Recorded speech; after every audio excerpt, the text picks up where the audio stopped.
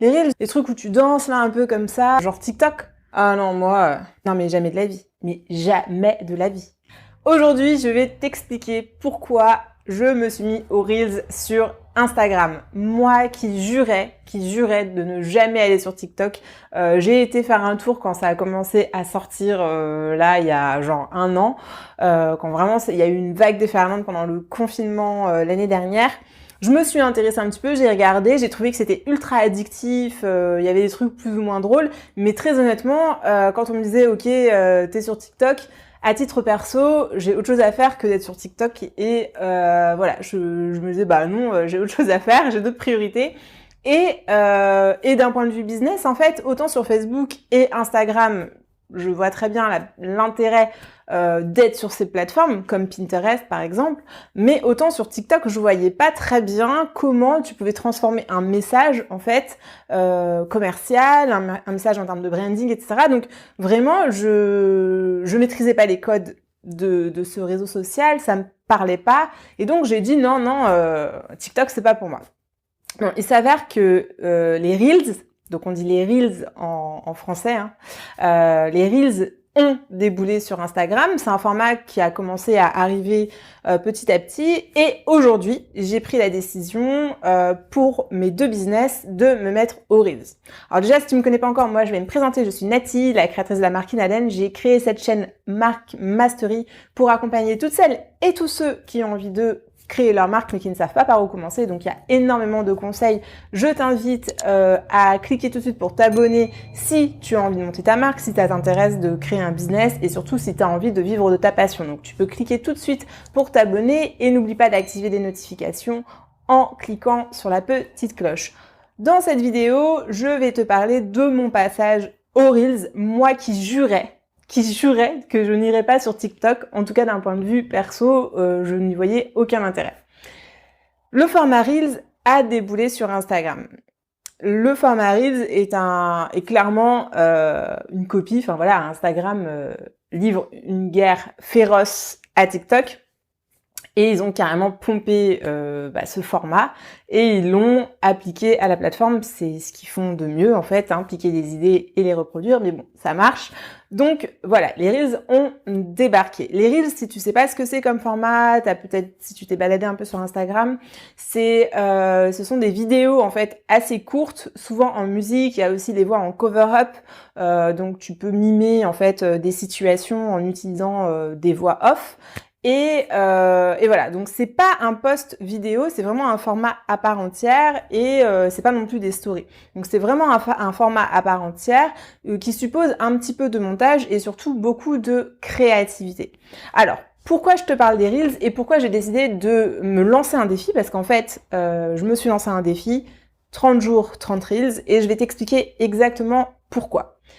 Si tu montes un business en ligne, si tu crées ta marque, si tu as envie de vendre quelque chose en ligne, je sais pas, que ce soit une paire de chaussettes, un slip, de la poterie, du bijou, des sacs à main comme moi, bref, les réseaux sociaux sont un passage non pas obligé, mais vraiment indispensable, c'est essentiel. C'est pas une question d'obligation, c'est qu'aujourd'hui, en 2021, je vois pas comment tu peux créer une marque en t'affranchissant des outils 2.0 que sont les réseaux sociaux. J'en parle beaucoup dans mon livre. Si ça t'intéresse, si tu cherches une méthode pour créer ta marque facile en partant de zéro, je t'invite à te procurer mon livre.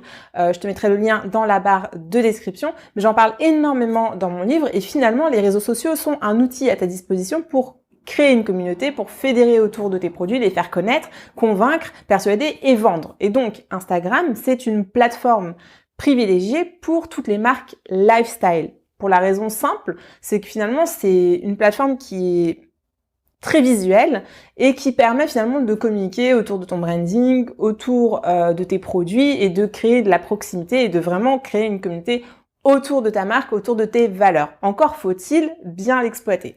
Donc, l'avantage de ces plateformes, Facebook, Instagram, sont des plateformes gratuites sur lesquelles tu peux communiquer et créer une communauté gratuitement. Attention, pour exister sur ces plateformes, il faut avoir une stratégie de contenu. Ça ne s'improvise pas, c'est pas quelque chose qui sort un peu de nulle part, c'est quelque chose qui se réfléchit, qui se construit petit à petit. Hein, c'est pas parce que tu commences aujourd'hui ou que tu testes des choses que c'est rédhibitoire pour ton business, mais tu n'es pas visible parce que tu postes un post par jour, quoi. Voilà, il y a quelque chose, il y a un travail de fond, il y a une régularité, il y a ce qu'on appelle une stratégie de contenu à mettre en place. C'est en lien avec ton persona marketing. J'en parle dans d'autres vidéos, j'ai fait des formations là-dessus, etc. Mais en gros, les réseaux sociaux, c'est de la visibilité gratuite. Mais c'est de la visibilité gratuite si tu as une stratégie de contenu qui est efficace et performante. Et qui dit visibilité gratuite par stratégie de contenu demande du temps pour pouvoir créer du contenu, pour pouvoir toucher ta cible, toucher ton audience et être vu. Parce qu'il y a une énorme concurrence, il y a énormément de monde sur les réseaux sociaux. Et donc, je te fais un petit scoop, c'est que les plateformes, leur business model, si tu veux, leur modèle économique, là où elles gagnent de l'argent, c'est surtout ce qui est publicité. Donc dès lors que tu fais tourner un business sur les réseaux sociaux, si tu veux être visible de manière gratuite, ça va te demander beaucoup d'efforts. En tout cas, pour créer de l'engagement, pour être visible, il va falloir vraiment que tu soignes ta communication, en tout cas que tu sois régulier et que tu produises un contenu qui fédère et qui engage ta communauté. Sinon, tu devras passer par la case publicité, ou en tout cas, tu pourras passer. Moi, je t'encourage à passer par la case publicité si tu as l'occasion, pour pouvoir donner un coup de boost et pour pouvoir finalement faire du business de manière plus rapide sur les réseaux. Mais de manière complètement gratuite, c'est possible et les réseaux sont là. Le truc, c'est quoi? C'est que, en fait, à partir du moment où tu as un business sur les réseaux et que Facebook, Instagram ont détecté que tu as un business, il se passe quelque chose au niveau de ta visibilité. Donc, je ne sais pas si tu es au courant, mais sache que tu touches de manière organique. Donc, organique, ça veut dire sans payer, sans booster tes posts, sans sponsoriser quoi que ce soit, de manière organique, entre 5 à 10% de ton audience. 5 à 10% de ton audience, c'est rien du tout. Si tu as un post qui surperforme, tu vas peut-être faire 15%, mais c'est ultra rare, c'est ultra ponctuel, et donc finalement, tu vas vite être amené soit à produire énormément pour pouvoir toucher tout le temps beaucoup de personnes, soit tu vas commencer à faire un petit peu de publicité pour aider la machine et pour pouvoir toucher plus de personnes. C'est quelque chose que moi j'ai constaté sur mes comptes Facebook et Instagram. C'est pour ça que moi j'ai une stratégie qui n'est pas 100% orientée réseaux sociaux. Je mets en place d'autres stratégies, j'en parle dans mon groupe privé, j'en parle à mes coachés, etc. Parce que à un moment donné, tu ne peux pas dépendre que d'un seul canal d'acquisition. C'est-à-dire que tu peux pas faire tourner ton business à 100% avec seulement une source de clients potentiels. Il faut que tu en démultiplies parce que sinon, tu risques, tu mets tous tes œufs dans le même panier. Et c'est comme tout dans la vie, c'est pas recommandé. Bref, revenons à Instagram. Moi, j'ai un compte de marque. Donc, comme je te disais, j'ai créé la marque Inalen. C'est une marque de sac à main éthique que j'ai créée en 2013. Et Instagram, au départ, n'a jamais été dans le cœur de mes préoccupations. C'est aussi beaucoup pour ça que je t'en parle dans mon guide, créer sa marque rentable en partant de zéro. Parce que si aujourd'hui, je devais créer une marque, il y a plein de choses que je ferais complètement différemment. Moi, j'avais une stratégie qui était complètement différente. J'étais très orientée B2B. Mais là, aujourd'hui, avec les moyens qui existent, en tout cas, il y a 7 ans, on était dans une autre configuration, j'investirais énormément dans les réseaux sociaux. Donc, j'ai un compte aujourd'hui qui doit tourner aux alentours de 6000 followers sur Instagram et je dois en avoir 7000 ou 8000, je sais plus exactement, sur Facebook. Donc, j'ai un total de communauté de 13 000 personnes. Et concrètement, ce que je te donne comme chiffre, les 5 à 10% de personnes que tu touches en organique, c'est quelque chose que je vérifie. Donc aujourd'hui, quand je poste sur ma page Instagram, que ce soit sur Facebook ou Instagram, quand je poste une photo, une vidéo, etc., je touche 5-10%, allez, des fois 15% de ma communauté en organique. Je parle de ma communauté. Après, en travaillant sur tes hashtags, etc., tu peux toucher d'autres personnes, mais c'est encore autre chose. Là, vraiment, tu vois que déjà sur des personnes qui connaissent ta marque, qui sont fans, qui te suivent, qui font partie de ta communauté, elles ne verront pas, en fait, ton contenu. C'est-à-dire que si tu as 1000 personnes, tu n'auras peut-être que 200 personnes qui vont voir au meilleur des cas, ce que tu postes et ce que tu produis. Donc, tu comprends tout de suite soit l'intérêt de passer par la case publicité, soit de te dire, ok, comment je fais pour rendre mon contenu plus visible? Eh bien, figure-toi que j'ai commencé à me poser cette question en regardant un peu les résultats des Reels, parce que je voyais les résultats des Reels et j'ai commencé à me dire, mais comment se fait-il en fait qu'on ait une telle portée organique? J'ai posté quelques Reels sur mon compte de marque et clairement, en termes de reach, donc en termes de portée organique, on est arrivé à 35-40% de ma communauté, ce qui en complètement gratuit n'existe pas en fait sur Instagram et Facebook. Donc aujourd'hui, avec un format qui est ultra tendance, qui est ultra poussé par l'algorithme, tu arrives à avoir des reach exceptionnels dans le sens où tu touches des personnes, tu as des covers qui sont beaucoup plus conséquentes que si tu fais un simple post sur ton feed ou un carrousel. Donc en fait, une fois que tu t'es dit ça, une fois que moi je me suis dit ça, en fait je me suis dit mais donc il y a un truc. J'ai commencé à regarder mes Reels, j'ai commencé à regarder les Reels d'autres comptes, différents types de comptes, pas uniquement dans la mode. J'ai commencé à regarder au niveau des formations, au niveau même des musées, au niveau, enfin voilà, j'ai commencé à regarder énormément de comptes. Des comptes food, des comptes des comptes de tourisme, des comptes, enfin j'ai commencé à regarder et je me suis rendu compte d'une chose, c'est que avec les Reels, moi déjà si tu veux, j'avais genre 35% de reach avec mes Reels et je me disais ah c'est pas mal, c'est super intéressant, mais je pensais qu'en fait c'était un peu la limite si tu veux. Et en fait en examinant d'autres comptes, je me suis rendu compte que tu pouvais avoir une couverture, tu pouvais avoir un reach qui représentait 5, 10, 15, 20 fois ta communauté. Donc, tu as des petits comptes à 5 000, 6 000, 10 000 abonnés qui performent avec des vues à 30 000, 50 000, 100 000, voire plus de vues, indépendamment de leur taille. Donc, en fait, une fois que j'ai vu ça, je me suis dit donc, ok, il y a quelque chose qui se passe au niveau de l'algorithme.